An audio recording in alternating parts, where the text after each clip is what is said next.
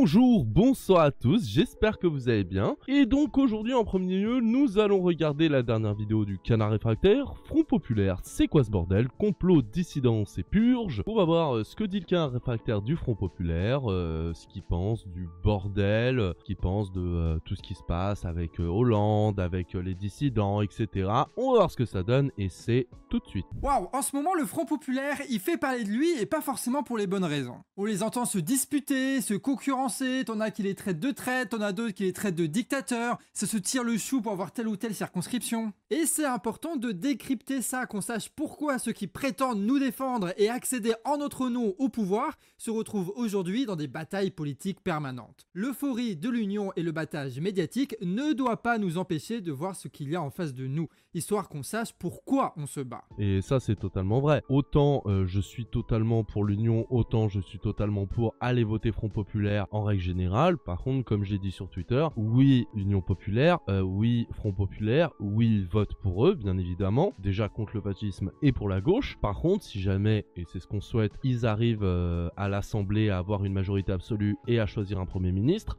ou une Première ministre, et ben là par contre faudra qu'on reste sur leur côte, faudra qu'on voit quelle ligne politique dans le front va être la dominante. Est-ce que ça va être le PS? Est-ce que ça va être les Insoumis? Est-ce que ça va être EELV ou quelqu'un d'autre? Peu importe. Qui va être Premier ministre et ce qu'ils vont choisir de faire. D'ailleurs, j'avais vu là dans le dernier Zawa Talk de Dany Raz, il y avait, je sais plus si c'était Antoine Léaumont ou Dufour qui disait que en gros, s'il veut Macron, il peut redissoudre l'Assemblée dans 1 an. C'est-à-dire que même si le Front Populaire arrive en tête des législatives, ils auront 1 an pour convaincre les Français et les Françaises et que Macron ne puisse pas se dire oh, ils sont tellement détestés, ils sont tellement mauvais que si je dissous, j'ai des chances de réussir. Faut que Macron il se dise dans 1 an, ok, donc non seulement les Français et les Françaises sont derrière eux, mais en plus ça marche. Donc je peux pas dissoudre parce que sinon il va y avoir encore plus de monde à l'Assemblée. C'est ça qu'il faut se dire. Par contre, oui, il faut être critique, il faut avoir conscience des enjeux de cette union, il faut avoir conscience des stratégies de chacun, parce qu'il faut pas être dupe, hein. Faut pas croire que l'Union Populaire c'est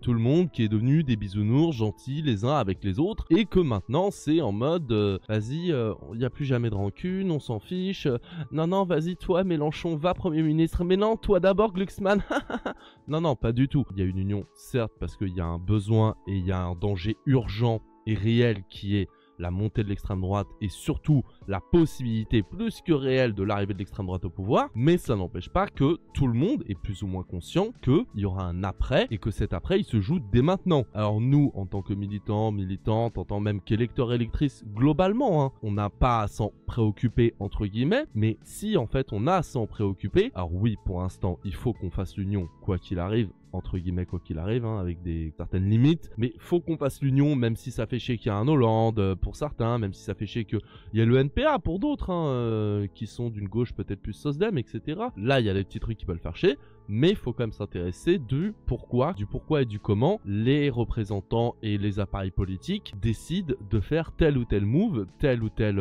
action, parce qu'ils vont vouloir récupérer plus de sièges parce qu'il y a une stratégie derrière. D'autant plus que les magouilles, bon bah elles sont visibles pour tout le monde, donc ne pas en parler, c'est mentir à nous qui n'avons déjà plus confiance à ce genre de tambouille. Donc posons les termes aujourd'hui pour le Front Populaire, comme pour Macron et comme pour le Rassemblement National, mais ça ce sera pour des prochaines vidéos. Alors aujourd'hui, on va prendre le temps de comprendre ce qui se passe réellement dans le Front Populaire. Le 10 avril 2022, c'est l'annonce des présidentielles. Mélenchon arrive à la 3e place à 400 000 voix du second tour. Et ça fait toujours mal. Ça fait mal à 400 000 voix. Elle a mal la France, tu n'imagines pas. Non, ça vrai que ça fait toujours mal au cul, putain, 400 000 voix. Et j'espère que l'expérience des présidentielles avec Mélenchon, de la NUPES qui a été un faux départ pour une union de la gauche, pour les législatives juste après, tous ces échecs-là, enfin semi-échecs pour la NUPES malgré tout, et même pour le score de Mélenchon, hein, parce que le 3e ça reste très honorable, j'espère que tous ces échecs-là, ça se transformera en une victoire là pour l'Union Populaire aux législatives, et qui trahiront pas surtout. Quelques jours après, on apprend la naissance d'une alliance des partis de gauche pour les législatives avec des candidatures uniques dès le premier tour. C'est ce qu'on a appelé la NUPES. Les différents partis qui étaient avant divisés s'unissent aujourd'hui pour se partager les circonscriptions, défendent un programme unique et remportent 150 sièges à l'Assemblée nationale. Et parmi ces nouveaux députés, tu en as beaucoup qui sont écolos, communistes, socialistes, et qui commence à réfléchir. Est-ce qu'il n'y aurait pas moyen, avec ces nouveaux députés, de contester l'hégémonie des Insoumis sur les autres partis de gauche? Ah bah de toute façon ça depuis la surprise Mélenchon de 2017, depuis la surprise du score aussi haut de Mélenchon de 2017, que vraiment on voyait bien qu'il y avait un engouement France Insoumise sur internet, chez certaines personnes, on voyait bien tout ça, mais beaucoup de gens ne voyaient pas aussi haut la France Insoumise. Et depuis ce moment-là, tout a été bon pour faire en sorte que ce soit par l'appareil médiatique ou que ce soit par les différents autres groupes de gauche, ce qui est logique d'une certaine manière, parce que les différents groupes de gauche, eux, ils veulent être hégémoniques, comme la France Insoumise veut être hégémonique. De toute façon, c'est une question de rapport de force. Pour faire vivre sa ligne en priorité, pour qu'elle puisse avoir le plus d'actions possible, il faut avoir le meilleur rapport de force possible. C'est logique. Et depuis ce moment-là, la France Insoumise est hégémonique au niveau national en France, à gauche. Ça, c'est un fait indéniable. Certes, pour les législatives, ils sont moins bons. Certes, pour les européennes, ils sont vraiment pas ouf, même si là ils ont surpris avec leurs 10% malgré tout. Certes, pour les mairies, c'est pas les meilleurs, mais à niveau national, c'est eux les meilleurs. Et ça, on va pas se mentir, pour beaucoup de Français et de Françaises, c'est les élections présidentielles qui représentent le mieux le rapport de force entre les partis. Et depuis 2017, ils ont tout fait pour faire en sorte de faire baisser le piédestal de Mélenchon et de la France Insoumise. Et ça, faut pas être naïf de croire que ce soit la NUPES ou l'Union Populaire, ça s'est arrêté à ce moment-là. On l'a vu avec la NUPES, dès qu'il a pu trahir Roussel, il a trahi. Dès que chacun a pensé qu'il pouvait faire cavalier seul, ils ont essayé, même si effectivement il y en a qui ont été plus magnanimes que d'autres. Je pense à Olivier Faure qui a quand même pas mal joué le jeu à un moment, même si après il s'est rangé derrière la ligne de son parti, et puis peut-être qu'il avait aussi d'autres convictions. Je pense aux Insoumis qui ont malgré tout, en règle générale, moi je trouve personnellement, à titre personnel, que la France Insoumise est restée sur une ligne de nous on trahira pas, par contre on trahira pas d'abord nos valeurs et ce qu'on a promis qu'on ferait, et ensuite la NUPES. Alors que les autres c'était pas forcément ça, même si tu me diras, c'est aussi leurs valeurs qui ne sont pas malheureusement celles hégémoniques en France, c'est le problème. Mais tout ça pour dire que oui, la NUPES, ça commençait déjà le bordel. Ça commençait déjà à se dire comment faire tomber le point de vue hégémonique de la France Insoumise. Et moi je pense que dans la NUPES, il y en a certains et certaines qui se sont dit bon, on va rejoindre la NUPES, histoire de gratter la popularité de la France Insoumise, histoire de se dire bon, là on va quasi mourir si on reste tout seul, donc faut y aller. Et si on pouvait ramener la gauche un peu plus vers notre ligne à nous, donc la ligne communiste, la ligne socialiste ou la ligne EELV, plutôt que vers la ligne LFI, ça peut être sympa. C'est pas ce qui s'est passé, mais je pense que c'était un des objectifs de base. Est-ce qu'il n'y aurait pas moyen, avec ces nouveaux députés, de contester l'hégémonie des Insoumis sur les autres partis de gauche et de doucement commencer l'après-Mélenchon? C'est ce qu'on va appeler les dissidents, et avec quelques insoumis, ils vont commencer des conversations secrètes. Retenez bien ça, avec quelques insoumis. L'Express, ils ont fait un papier avant la dissolution qui montre qu'il y a eu des réunions entre François Ruffin, Garrido, Corbière, Tondelier, la chef des écolos, là, Autain, quelques têtes communistes et d'autres... Oh bah tiens, c'est bizarre ça. Mais Corbière, Autain, Garrido, ce sera pas les personnes qui n'ont pas eu après leur siège de député renouvelé? Mais pourquoi donc alors? Ah mais ça doit être sûrement comme dit tout le monde, ça doit être parce que ce ne sont pas des fidèles à Jean-Luc, donc Jean-Luc il les aime pas, donc il veut les dégager, ça doit être uniquement ça, c'est pas du tout parce que ils ont essayé de faire des coups en traite pour s'accorder peut-être une alliance avec le PS, peut-être faire un autre parti politique avec ce milliardaire, peut-être, on sait pas. Mais moi je dis que c'est quand même suspect. Leur idée, elle est simple, c'est de préparer une alliance entre des insoumis qui sont contre la ligne officielle, le PCF, le PS, les écolos, jusqu'aux macronistes de gauche. Et après, on se demande pourquoi ils n'ont pas été réinvestis. Sérieusement? Ça se voit là, ça se voit non? Ils voulaient trahir. Donc si tu veux trahir, on te remet pas ton siège. Et en vrai, moi ce qui m'énerve le plus avec Garrido, avec Corbière et tout, mais imaginons qu'ils étaient droits dans leurs bottes et qu'ils allaient pas trahir et que vraiment c'est des fidèles de LFI, pas forcément, j'ai pas dit Mélenchon, j'ai dit LFI, parce que c'est leur parti politique. Imaginons que c'était vraiment des fidèles et qu'ils aient pas été renouvelés de leur siège de député malgré tout. J'ai envie de dire, être député, c'est pas un rôle à vie, tu vois, t'as un mandat et tu peux ne pas en avoir un autre. Si le parti estime que quelqu'un d'autre c'est mieux pour X ou X raison, tu dois t'y plier normalement un minimum. Tu peux contester en interne, mais t'y plier. Et surtout, au vu de la stratégie de l'Union sur le Front Populaire et au vu de la dangerosité de l'extrême droite en ce moment, je trouve que faire ouin-ouin sur les plateaux télé et sur Twitter de cette manière de leur part, je trouve ça à la fois petit et complètement contre-productif pour la victoire de l'Union Populaire et du Front Populaire. Et surtout, de s'être maintenu en candidat dissident. Ils ont beau dire oui, on est candidat Front Populaire, etc. C'est faux, ce ne sont pas les candidats officiels du Front Populaire. Et surtout, ça va diviser les votes en deux. Entre ceux qui veulent être fidèles à Corbière ou à Garrido ou ce que tu veux, et ceux qui veulent maintenir et aller sur la ligne dit par le Front Populaire. Et donc permettre potentiellement à quelqu'un d'autre d'avoir le siège de député plutôt que. Moi, j'aurais aimé qu'ils aient la décence et l'intelligence de se dire, ok,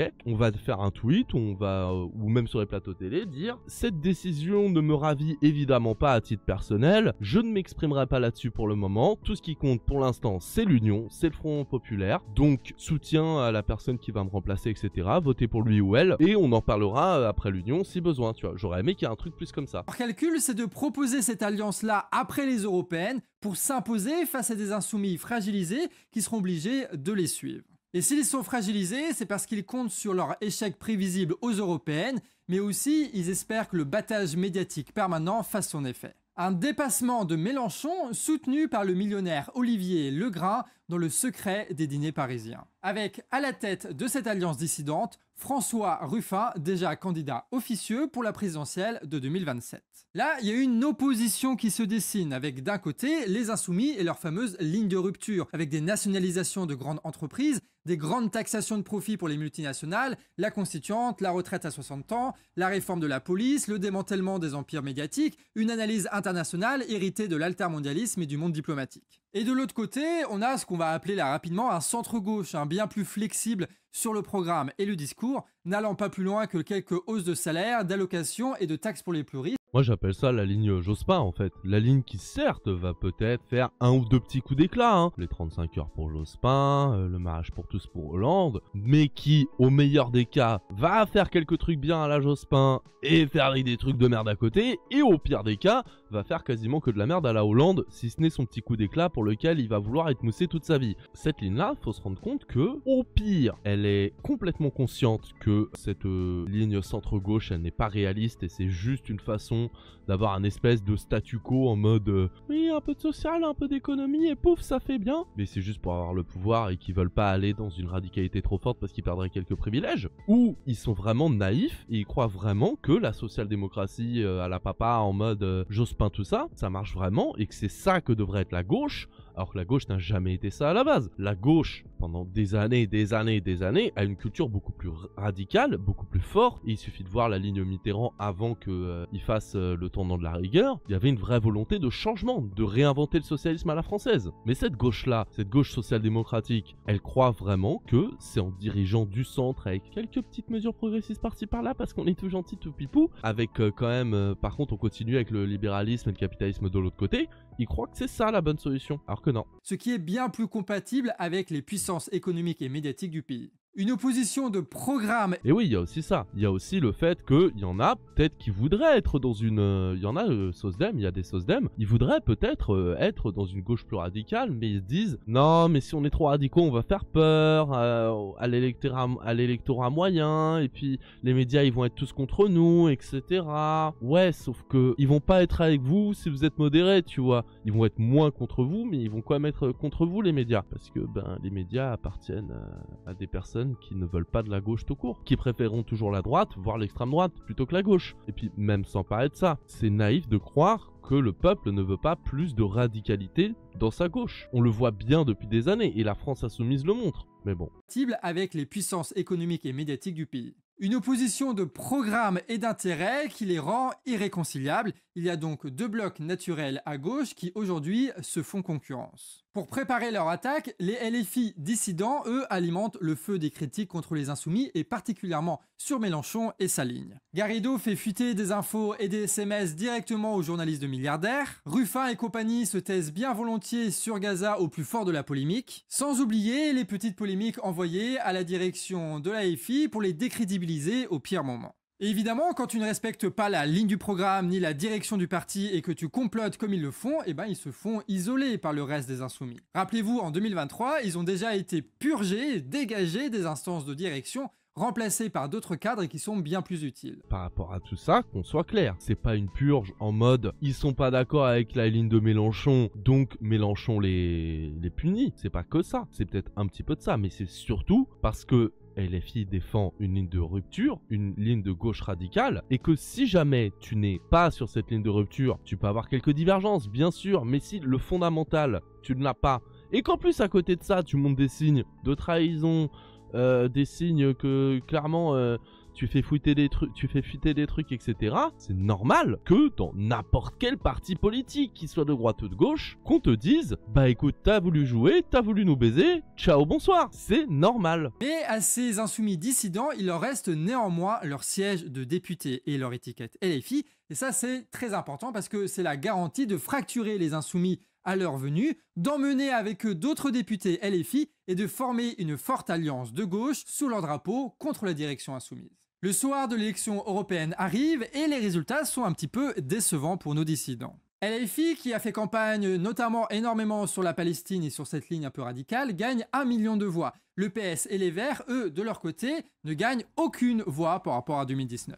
Mais qu'importe les résultats, après les premières estimations à 20h, ces dissidents envoient les premiers tweets pour appeler à une refonte de la gauche loin de la ligne insoumise. Face au danger de l'extrême droite, il faut une gauche large, non clivante et qui ne déplaît pas aux puissants. Et ça, c'est les arguments des SOSDEM depuis des années. C'est l'argument de la ligne Hollande, c'est l'argument de la ligne Valls, le printemps républicain, Jospin, tout ça, c'est leur argument depuis des années. Il faut une gauche plus au centre parce que ça va rassurer les gens. Mais c'est con parce que les gens qui votent à droite, ils voteront pas pour vous, même si vous êtes au centre. À la rigueur, ils voteront peut-être pour vous contre le RN, mais déjà, il faudrait que vous arriviez contre le RN, et c'est mort, vous arriverez pas en finale, parce que le reste de la gauche veut pas voter pour vous, parce que vous n'êtes pas assez radicaux, vous êtes trop dans une mollesse qui sent bon le compromis, mais moi j'appelle ça prêt à trahir en fait. Et que ce soit dans les quartiers populaires, où ils voient bien les gens dans les quartiers populaires, que soit vous les soutenez mollement, ou soit vous êtes plus on-tyrien ou alors pro-police, que ce soit dans les campagnes, les gens voient bien que, enfin en tout cas ils ont une image de vous de bobo bourgeois parisien déconnecté de la réalité, qui est des fois vrai. À faire un entre-deux comme ça, tu vas convaincre personne. Ceux qui trouvent que t'es pas assez à droite, ils voteront pas pour toi, et ceux qui trouvent que t'es pas assez à gauche ne voteront pas pour toi. Et il est fini ce temps des années 80, 90, 2000 où l'économie allait à peu près bien, où les questions racistes, les questions homophobes, sexistes étaient beaucoup moins mis en avant, et que tu pouvais faire le gauchiste, enfin tu pouvais jouer la gauche mesurée, raisonnable, etc. Ça marchait peut-être bien à l'époque, mais ça marche plus aujourd'hui. Pas à l'heure de l'effondrement climatique, pas à l'heure des luttes pour les minorités, pas après MeToo, pas après Black Lives Matter, pas après Macron, pas après la crise et l'inflation, pas après tout ça. Votre ligne raisonnable ne marche plus. Enfin, elle a jamais marché d'un point de vue politique, elle a jamais marché pour faire avancer le pays. Mais là, elle marche plus en plus pour l'électorat. Et on le voit depuis 2017 avec Hamon. Sauf qu'il va y avoir ce qu'on appelle un petit élément perturbateur dans cette soirée. J'ai décidé de vous redonner le choix de notre avenir parlementaire. Ah ça a bien fait chier les gens, ça. Oh là là, ça a niqué le programme de tellement de partis. Oh là là là là, c'est un régal. Enfin, c'est un régal. À la fois, c'est casse-couille parce que le RN est aux portes du pouvoir, et à la fois, ouais, je suis sûr que Macron, il l'avait pas vu venir, hein, le Front Populaire. D'ailleurs, on n'oublie pas, le 30 juin et le 7 juillet, on vote Front Populaire, les gens. Macron annonce la dissolution de l'Assemblée nationale. Tout le monde doit donc repartir en campagne législative, dont le premier tour arrive dans 3 semaines. Ruffin, c'est le premier à réagir. Il parle à la télévision et balance son mot d'ordre, le Front Populaire. Son site qu'il avait préparé pour 2027 est publié dans la foulée, une plateforme où l'on trouve les premiers noms des dissidents. Et loin des instances dirigeantes des partis, Ruffin repart en Picardie pour mener campagne. Et lui, il a un message clair à ce moment-là. Bravo, bravo, parce que dimanche soir, on jetait comme une bouteille à la mer l'idée du Front Populaire de se mettre tous sur une même bannière en disant aux partis « Soyez unis, arrêtez vos conneries ». Au fond, je savais qu'il y avait une chance parce que je me disais que c'était une envie qui grossissait dans le peuple de gauche depuis des semaines, des mois, qu'il était assez déprimé de voir comment on s'insultait, s'injuriait, se déchirait et qu'il y avait comme un besoin d'une grande réconciliation. Donc je comptais sur ça et en fait, je comptais compter sur vous. Alors moi j'ai pas l'impression qu'il y avait que un besoin d'une grande réconciliation, certes il y avait aussi ça, mais je pense qu'il y avait beaucoup aussi le besoin d'une victoire et que là ça commençait à devenir vraiment chaud avec Macron, que l'extrême droite qui monte c'est plus possible et que beaucoup de gens voulaient une victoire de la gauche au moins pour stopper ça quoi. Mais après pas sur la même ligne forcément, il y en a qui voulaient une victoire de la gauche au moins pour stopper ça en étant plus centre-gauche et l'autre plus une gauche radicale. Pas de tambouille, pas de polémique, voilà, vous retenez bien ça pour plus tard. En réalité, à ce moment-là, François Ruffin, il a déjà posé toutes ses cartes sur la table. La suite de l'histoire, elle va se jouer loin de la Picardie, loin de Ruffin, dans le QG parisien des écologistes. C'est là que concrètement, l'union de la gauche va s'organiser. C'est là-dedans où pendant 4 jours, les dirigeants de gauche vont se disputer et s'engueuler, et même d'après Libé, ils vont manger des pizzas. Voilà, il y a vraiment eu un article dessus, je vous jure qu'il y a eu un article dessus. Wouh, ils ont mangé des pizzas. Qui s'en bat les couilles? Mais elles ont l'air bonnes les pizzas, cela dit. Hein. Là, il y a eu des mécanismes assez intéressants qui vont se mettre en place. Comme on l'a vu, la plupart des écolos, des communistes et des socialistes s'organisaient à côté pour préparer l'après-Mélenchon tout en s'appuyant sur des insoumis dissidents, Ruffin en tête. Sauf que dans ces négociations, dans le siège de ELV, il n'y a pas de dissidents et il n'y a pas François Ruffin. Ils sont donc obligés de négocier avec Manuel Bompard, le chef des insoumis, qui lui se sait en position de force. Oh, c'est con ça, hein. Ah non, mais c'est sûr que ça doit faire bizarre. Hein. À la base, tu te dis que tu vas te faire ta petite alliance sans le gros des LFI, sans les Bompard, sans les Mélenchon, etc. Et finalement, tu te retrouves avec Bompard. Et Bompard, faut pas le faire chier. Hein. Bompard, tu lui as fait pas à l'envers. Pourquoi? Tout simplement parce qu'il y a 3 semaines de campagne et que la seule manière pour les autres petits partis de gauche de garder leur siège de député, c'est d'accepter un accord avec le premier parti de gauche, les Insoumis. Et là, face à l'urgence de l'élection et surtout du score du RN, ils ne peuvent pas prendre le risque de faire imploser les Insoumis en balançant plein de polémiques et en les fracturant avec les dissidents, sans se faire passer pour les anti-unionistes, alors qu'ils prétendent le contraire. Leurs adhérents veulent l'union, eux ils veulent garder leur siège de député, et du coup la magie va opérer. Le premier jour, tous les partis s'entendent pour reformer la NUPES pour les élections législatives afin de leur garantir un maximum de députés, et ça sous le nom du nouveau Front Populaire. Le second jour, le nombre de circonscriptions est partagé entre les différents partis. LFI lâche une centaine de circonscriptions en faveur du Parti Socialiste,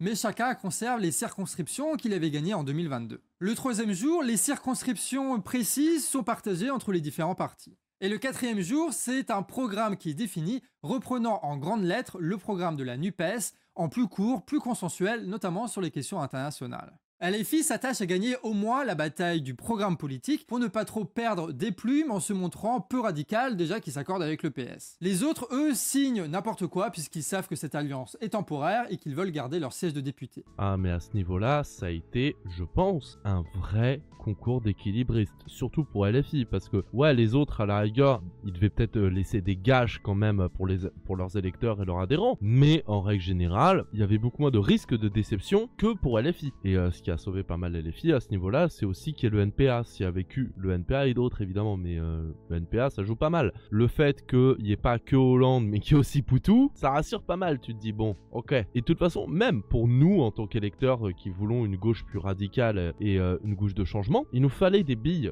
parce que si jamais LFI était allé dans un truc en mode oui, on fait une alliance et si jamais on gagne, eh ben c'est sûr, c'est Glucksmann Premier ministre, ça aurait tout niqué. Parce que nous, on n'aurait pas voté pour eux, ou alors à contre-cœur, beaucoup n'auraient pas voté pour eux, et c'est pas sûr qu'ils auraient gagné, tu vois. Eux signent n'importe quoi, puisqu'ils savent que cette alliance est temporaire et qu'ils veulent garder leur siège de député. Et ils prennent soin aussi, évidemment, de pas trop se cliver. Par exemple, ils ne choisissent pas de candidat Premier ministre. Et ça, c'est malin. Ça, c'est malin pour tout le monde. C'est malin pour tout le monde, parce que pour l'instant, si jamais ça avait été Jean-Luc le Premier ministre, ou si ça avait été Glucksmann, ou si ça avait été Faure, ou si ça avait été Roussel, qui tu veux, les autres auraient gueulé. Alors que pour l'instant, le fait qu'il n'y ait pas de Premier ministre, tout le monde peut se dire on verra plus tard, pour l'instant on pense à l'union. Alors que s'ils en avaient donné un dès le début, il y aurait une partie qui aurait été très contente et une autre qui aurait été très dégoûtée et qui serait allée quand même à reculons et qui aurait été beaucoup moins engagée dans la campagne. Et ça, je pense surtout aux jeunes qui font des edits, qui font pas mal de choses sur les réseaux et qui aident malgré tout, qui donnent une dynamique particulière à la campagne. Donc ça, c'est très malin de pas avoir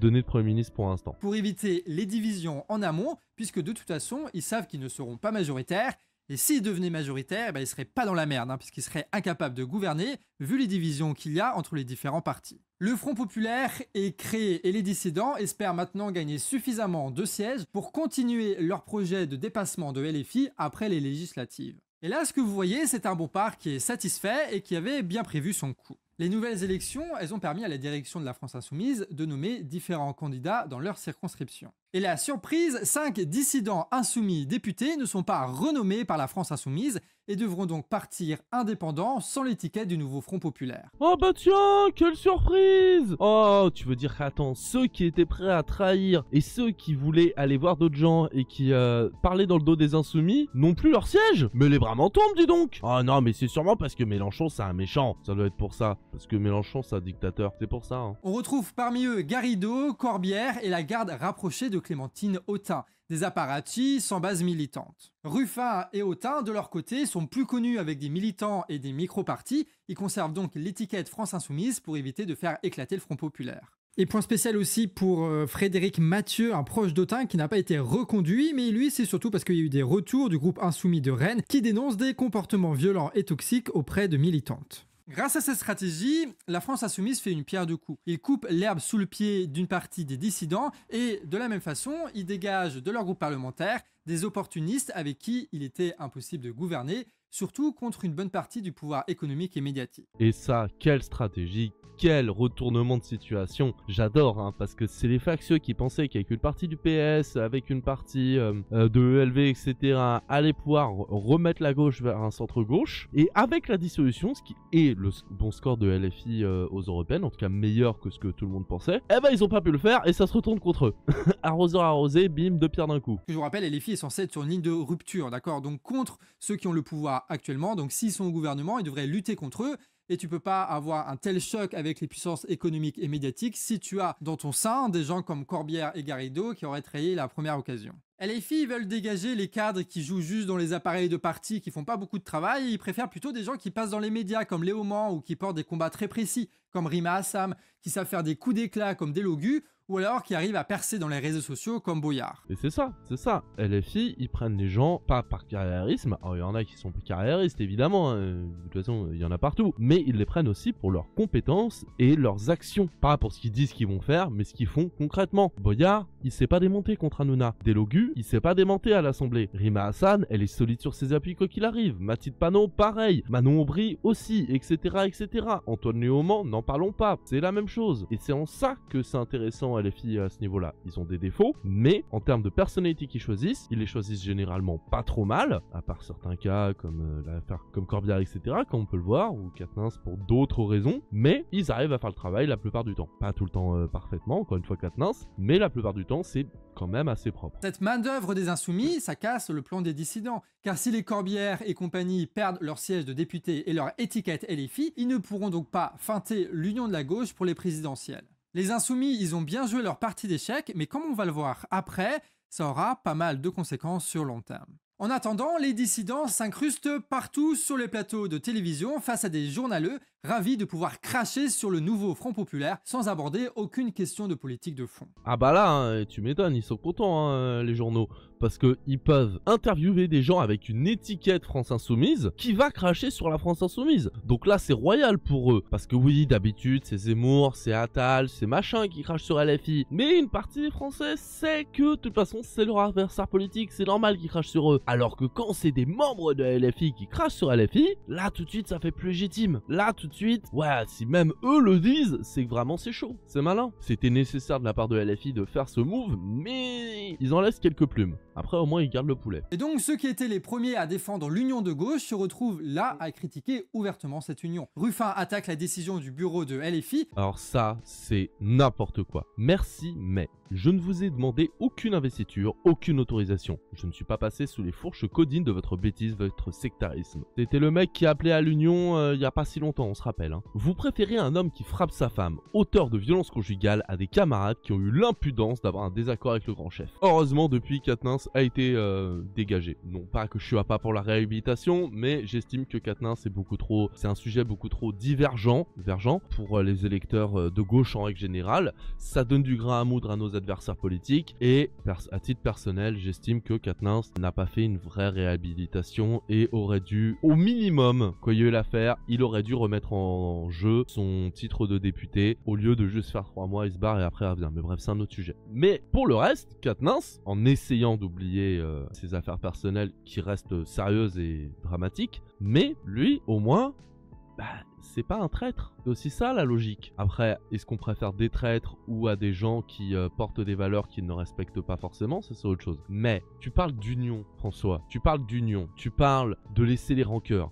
Et là, tu parles de bêtises, de sectarisme et de grand chef. Alors que t'es sous l'étiquette LFI. Surtout LFI, en plus, t'ont pas insulté là. Ils t'ont dit, ouais, François Ruffin est le candidat du nouveau Front Populaire. Ils disent même pas le candidat France Insoumise, mais du nouveau Front Populaire. Et ça, c'est des trucs que t'aurais pu faire en interne, tu vois. C'est ça le truc, c'est que t'aurais pu le faire en MP, t'aurais pu les appeler, t'aurais pu, quand tu les vois en manif ou en meeting ou ce que tu veux, t'aurais pu faire ça. Là, tout ce que ça va faire, c'est donner du grain à moudre aux personnes qui disent que l'union, c'est pas possible, que, regardez, Mélenchon, il fait le grand chef, faut pas voter pour LFI, donc faut pas voter pour l'Union Populaire, faut pas voter pour le Front Populaire. Et soit t'as pas fait exprès, et dans ce cas-là, faut mieux te contenir, parce que là, c'est quand même pas normal, surtout pour la personne qui a appelé à l'Union, soit tu savais très bien ce que tu faisais, et c'était, comme le dit le canard, c'était une façon pour toi de décrédibiliser la France Insoumise et Mélenchon pour pouvoir continuer malgré tout à jouer ton truc de dissidence. Je ne sais pas lequel est le vrai, peut-être un peu des deux, mais dans tous les cas, c'est pas le moment là. Alors là, je parle à gauche. Tout le monde à gauche pendant cette élection, certes fait pour l'Union Populaire, le Front Populaire, pour avoir enfin la gauche au pouvoir et surtout ne pas avoir l'extrême droite au pouvoir, ça c'est vrai, mais c'est vrai aussi que, à côté de ça, tous les partis font en sorte de tirer le maximum de billes du jeu vers eux. C'est vrai aussi, sauf que il y en a, ils arrivent à le faire sans risquer d'ébranler l'Union en le faisant, et d'autres qui préfèrent risquer d'ébranler l'Union en faisant leur petit coup.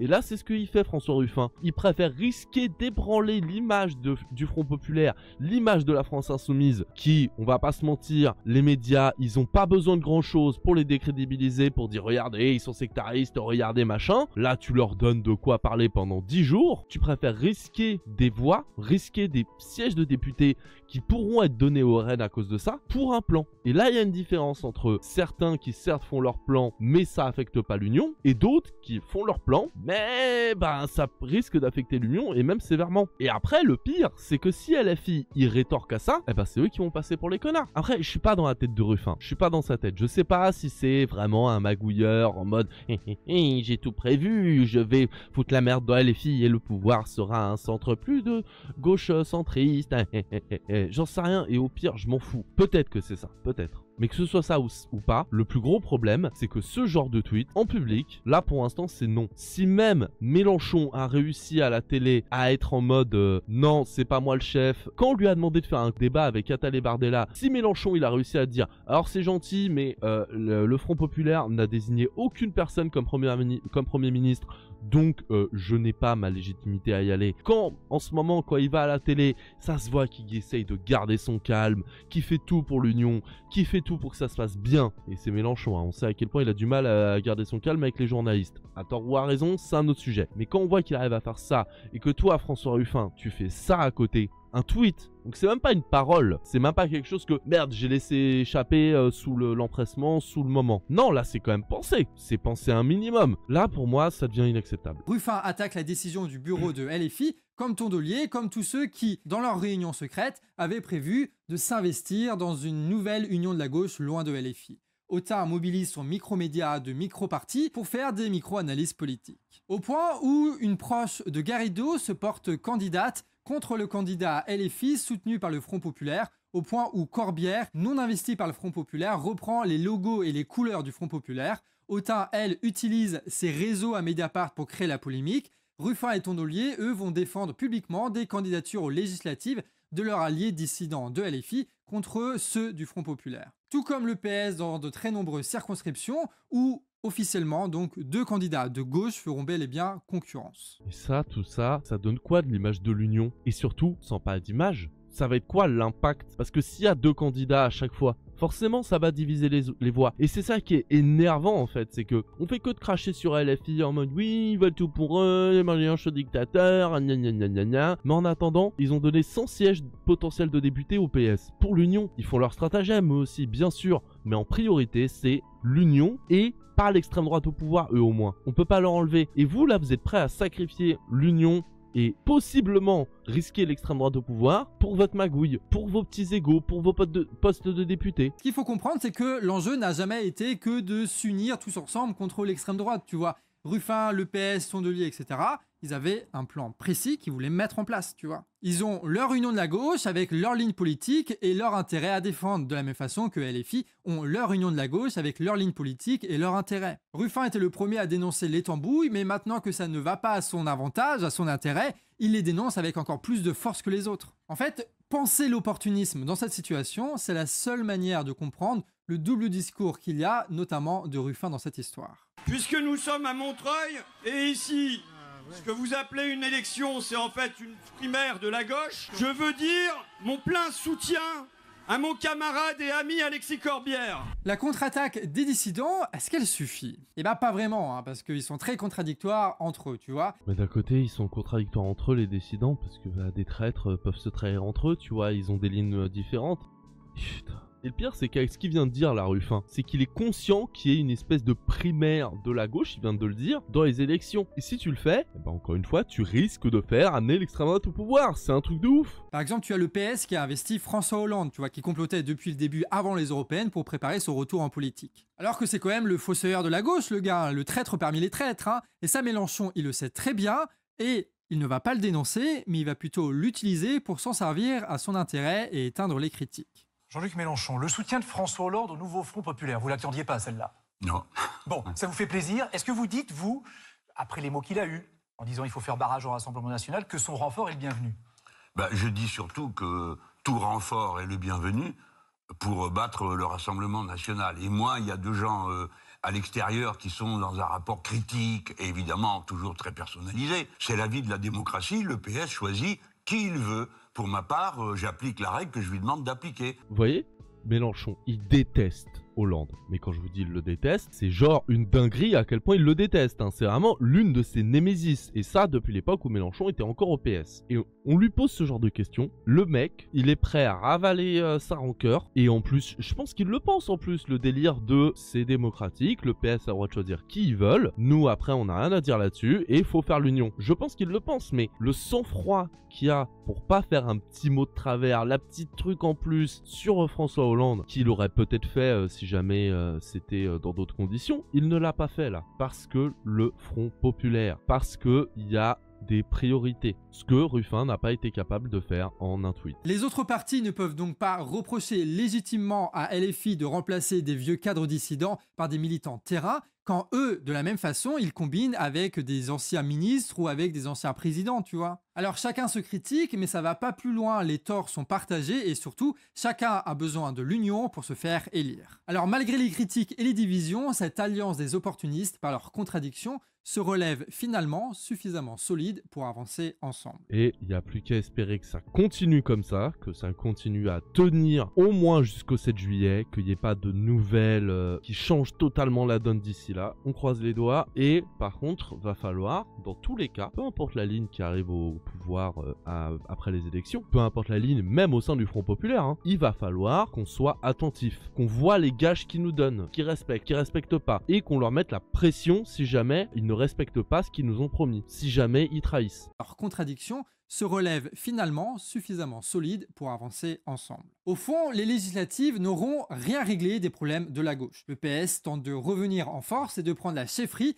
d'une alliance de centre-gauche au présidentiel, et il compte notamment sur un effondrement du macronisme. De toute façon, est-ce que quelqu'un pensait vraiment que les législatives, ça allait arranger quoi que ce soit à gauche? Pas du tout, c'est les périodes électorales. Et le problème, c'est que quand c'est pas les périodes électorales, on peut se foutre sur la gueule sans, entre guillemets, aucune répercussion, c'est pas grave. Par contre, quand c'est les périodes électorales, c'est le moment où faudrait faire bloc contre nos ennemis politiques, sauf que chacun veut sa petite tambouille. Et là, je parle de vraiment tout le monde, hein, du NPA à Reconquête, chacun veut placer ses billes, c'est normal. Ça s'appelle un jeu politique, tu vois. T'as envie que ta ligne, que tes valeurs soient le plus mises en avant. Et le problème, c'est que du coup, avec ça, on se parle quand pour de vrai? Quand est-ce qu'on essaye d'aller au-delà de nos différences sur certains points? Et je dis pas sur tous, il y en a, ils sont irréconciliables, clairement. Mais au moins sur le minimum légal où on est prêt à consentir que, ok, ça, on est d'accord et on parle là-dessus. Mais malheureusement, en vrai, c'est impossible de faire totalement ça parce qu'il y a bien trop de différences. Le problème, c'est pas de faire union. Le problème, c'est quand une partie de la gauche essaye de décrédibiliser l'autre par des propos calomnieux, jouer l'appareil médiatique pour justement descendre ses adversaires politiques en flèche pour eux essayer de se mettre en avant, genre critiquer LFI sur sa ligne par rapport à la Palestine, puis après espérer que ça les fasse baisser pour ensuite eux monter, tu vois. Quant à la LFI, il profite des législatives pour distribuer largement des investitures aux militants de terrain et d'organisations syndicales ou politiques pour former autour du parti un réseau capable de se mobiliser pour 2027 pour une candidature, cette fois sur une ligne de rupture. En attendant, le parti Insoumis, qui s'est créé contre François Hollande, promettant la fin des tambouilles dès sa création, se retrouve aujourd'hui, par un jeu de logique électorale, à pacter avec le pire du PS, à mobiliser par l'émotion ses militants sur un front populaire opportuniste qui ne gouvernera jamais, et à sacrifier la compréhension claire de leur stratégie pour des obscurs jeux d'appareils à 3 bandes. Alors là, je suis pas d'accord. Un front populaire qui ne gouvernera jamais, c'est pas vrai. Dans le sens où un front populaire qui peut-être gouvernera, mais encore une fois, sur quelle ligne? La ligne LFI, la ligne PS, ça dépend. Et oui, il y a des compromis, effectivement. Depuis le début, effectivement, depuis qu'il a commencé à faire le front de gauche, Mélenchon et ses partisans ont changé de ligne depuis le front de gauche. C'est vrai. Soit parce que ils ont évolué sur le sujet, par exemple sur l'islamophobie, sur les droits LGBT, etc. Ils ont compris certaines choses. Il y a eu de nouveaux militants, de nouvelles militantes qui ont dynamisé le parti, qui ont permis d'apporter une vision nouvelle des choses, et aussi par stratégie électorale parfois. Faut pas non plus se leurrer. Mais pourquoi des stratégies électorales? Parce qu'au bout d'un moment, pour gagner, il faut savoir jouer un minimum. Le plus dur, c'est de jouer sans aller contre ses valeurs. Et aussi savoir quand est-ce que c'est le moment de concéder des choses et quand est-ce que non, là par contre faut tenir bon quoi qu'il arrive. On le voit en ce moment, il faut concéder des choses pour le Front Populaire pour ne pas laisser passer l'extrême droite parce que ça c'est vraiment une des valeurs numéro 1 chez LFI et ce qui devrait être chez tous les républicains en règle générale. Mais bref, par contre on ne concède pas sur la Palestine parce que ça fait aussi partie de nos valeurs et que concéder aux médias après le 7 octobre que méchant Palestine, gentil Israël, ce serait aller contre la vérité et contre leurs valeurs, et à la fois ça les affaiblirait politiquement parce qu'une partie de leur électorat est pro-palestinien et surtout une partie de leur électorat voit qu'ils trahissent leurs idées par opportunisme, mais en plus, ça irait contre leurs valeurs tout court. Et ça, on peut dire ce qu'on veut, on pense ce qu'on veut des LFI, ils essayent malgré tout de rester solides sur leur appui en règle générale. Après, oui, il y a des concessions, mais il faut savoir, est-ce que celle-là, elle te convient ou pas? Qu'est-ce que ça peut apporter? Est-ce que le jeu en vaut la chandelle? Et après, par contre, s'ils arrivent au pouvoir, c'est là où il faudra pas qu'ils déçoivent, et c'est là où on les attend au tournant. Il faudra continuer à leur foutre la pression. Je resterai fidèle à la parole donnée, d'abord celle que je vous ai donnée à vous.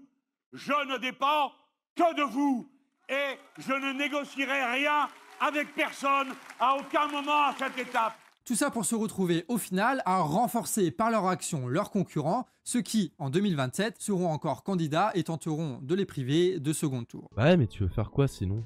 Si tu fais pas ça là en ce moment, tu fais quoi? Tu laisses... Je suis d'accord avec ce qu'il dit le canard, mais en fait, ce qu'il dit, on pourrait se poser la question si jamais l'extrême droite n'était pas aux portes du pouvoir, si jamais les forces de gauche et de droite étaient à peu près équivalentes, si jamais les médias n'étaient pas totalement soumis à la droite ou à l'extrême droite. Sauf que là, c'est pas le cas. Là, il y a une urgence. Et avec l'urgence, mesure que certes, on n'aime pas, mais on est un peu obligé. Bref, ce front-là, c'est juste la cristallisation soudaine d'un rapport de force entre les partis de gauche qui a déjà commencé à se fissurer dans de nombreuses circonscriptions avec des candidats dissidents. Et cette union-là, c'est clair, elle va éclater après les élections comme a éclaté la NUPES. Il y a de grandes chances. Sauf si, peut-être, je sais pas, je dis une connerie, LFI arrive à vraiment faire quelque chose et qu'ils arrivent à donner certaines billes à leurs alliés pour qu'ils aient assez pour avoir un intérêt de rester. Et aussi, faut que le Front Populaire en règle générale, il donne des billes aux Français et aux Françaises parce que sinon,